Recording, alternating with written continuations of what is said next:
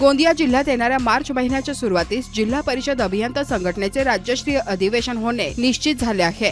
मात्र या सभेला जिल्हा परिषद अध्यक्ष तसेच स्थानिक आमदार महोदयांना संघटनेने बाहेरचा रस्ता दाखविला, त्यामुळे या अधिवेशनावर वर्चस्व कुणाचे?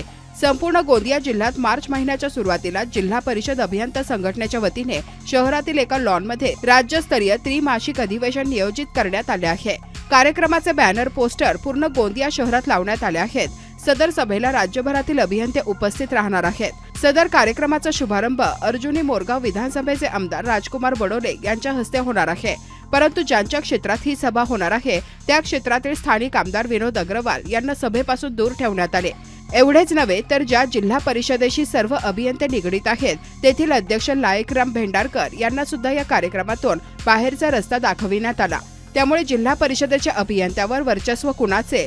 सदर दोन्ही लोकप्रतिनिधींना कार्यक्रमातून बाहेरचा रस्ता दाखविल्यामुळे सदर लोकप्रतिनिधी कोणती भूमिका घेतात याकडे जिल्हावासियांचे लक्ष लागले आहे।